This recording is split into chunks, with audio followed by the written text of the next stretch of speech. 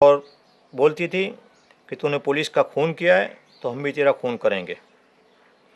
इसके बाद समीर खान को मुंह पे बुर्खा डाला और दोनों हाथ पीछे ले जाके उसको हथकड़ी लगा दी। और समीर खान उस टाइम बोलते थे कि मुझे क्यों मार रहे हो, मैंने कोई गुनाह नहीं किया। इसके बाद डीवाईएसपी चौहान ऐसा बोले थे कि इसको भी बाहर निकालो और इसको भी बाहर ले जाओ और एनकाउंटर कर दे। मैं बाद में लॉकअप में से दोनों को बाहर निकाले और इसको मुझे भी बुर्खा पहनाया और हथकड़ी पहनाई और क्राइम ब्रांच के ऑफिस में से बाहर ले जाकर एक गाड़ी में बिठाया और समीर खान को भी मेरे बाजू में बिठाया और गाड़ी में क्राइम ब्रांच के अहमदाबाद के अधिकारी और पुलिस अधिकारी जो मुझे लाए थे वो भी गाड़ी में थे। मुझे कौन सी गाड़ी में ले गए मुझे बहुत याद नहीं अभी।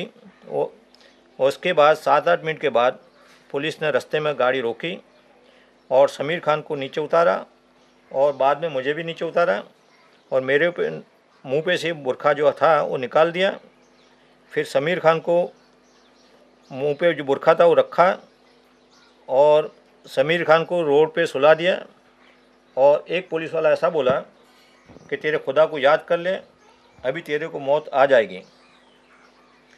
फिर पीछे से कोई पुलिस वाले ने ऐसा बोला कि बारोट साहब आप रहने दो, गोली मैं मारूंगा। बारोट साहब ने 2 गोली समीर को मारी और इसके बाद वाघेला साहब ने 1 गोली समीर के मगज में मारी। Though Samir got killed in that dubious encounter, the conspiracy cases remained. The prosecution tried its best, but 3 courts, the Sessions, High Court, and the Supreme Court, found this case to be bogus. They discharged the case without a hearing. वो case में ऐसा था कि समीर खान जो है वो जिहादी है। वो पाकिस्तान में जाके उसने ट्रेनिंग ली है, शस्त्रों की तालीम ली है उसने, और ये पूरे गुजरात में और इंडिया के दूसरे पार्ट्स में ये ऐसा कुछ ये कर रहा है। Anti social activities, anti national activities करना मांगता है, टेररिस्ट एक्टिविटीज़ उसका ये किया था। और वो पाकिस्तान गया था, बांग्लादेश गया था, ऐसे सब यानी इस तरह से करके एक मसाला तैयार किया था और उसका कोई प्रूफ नहीं था, उसका कोई बेस नहीं था।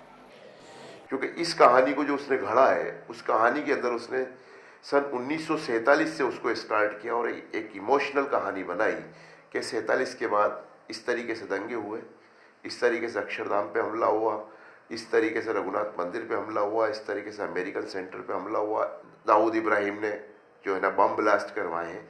इन सब से इस कहानी को जोड़ते हुए और वो यहाँ नरेंद्र मोदी की हत्या की साजिश के ऊपर लाके छोड़ा, जबकि हर हिंदुस्तानी ये जानता है कि सन 47 के बाद क्या हुआ, कैसे हुआ, इससे इसका कोई लेना देना नहीं था।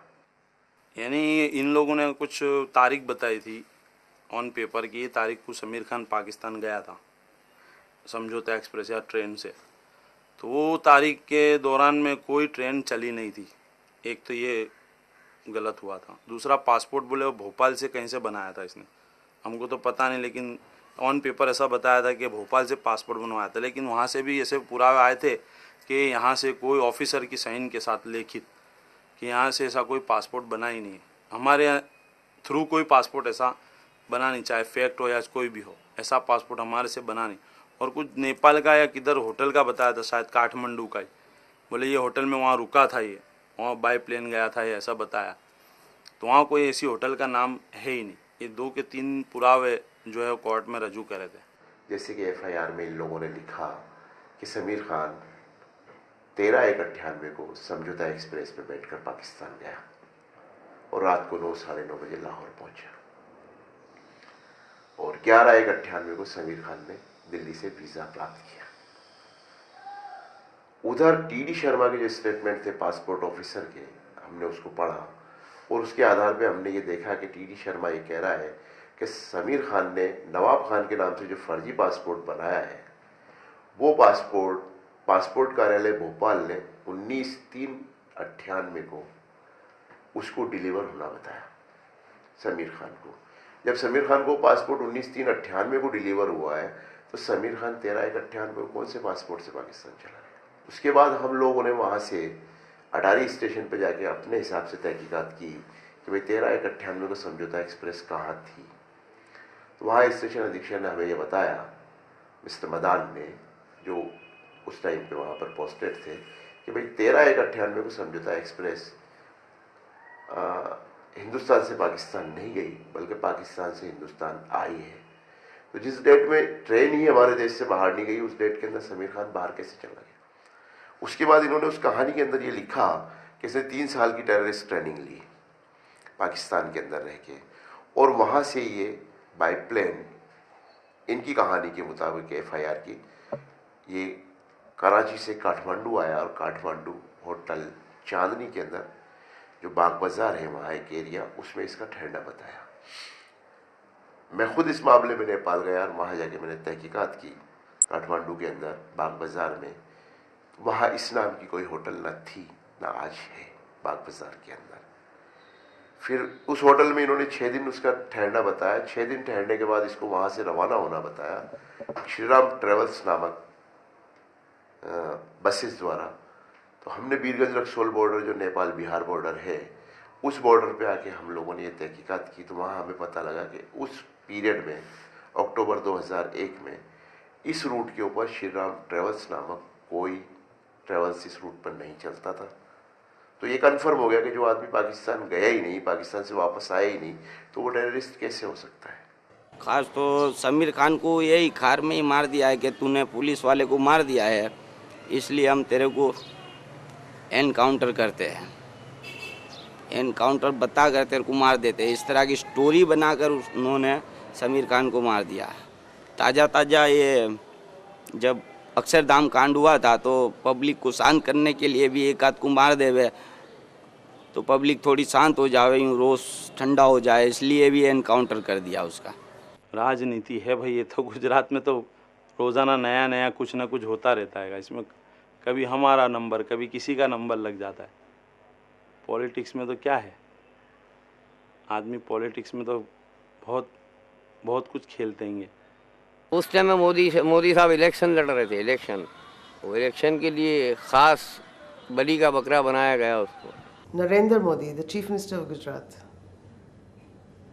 addressed a public rally and said,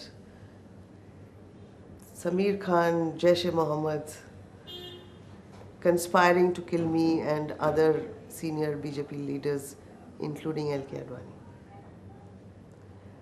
And if you notice the pattern, every time they arrest, and they do it very intelligently, they pick up petty criminals who have been charged for petty crimes and convert them into terrorists to show that there is this grand, strategy to eliminate Modi. Actually, it's the other way around. The Modi government is eliminating innocents. That's what's happening. Sameer Khan was not going to be the only person killed in a fake encounter by the Gujarat police. Sadiq Jamal Mehtar was a domestic help from Mumbai. He too was encountered, a new name for getting killed in the name of Modi. Sadiq died on 13th January 2003 near Galaxy Cinema in Naroda in Ahmedabad. He was killed in a counter fire when he allegedly opened fire at the police. The police claimed that Sadiq had come to kill who else? The Chief Minister. He was plotting to wage war against India. Sadiq was originally from Bhavnagar in Gujarat. He had 2 minor cases of altercation and gambling registered against him.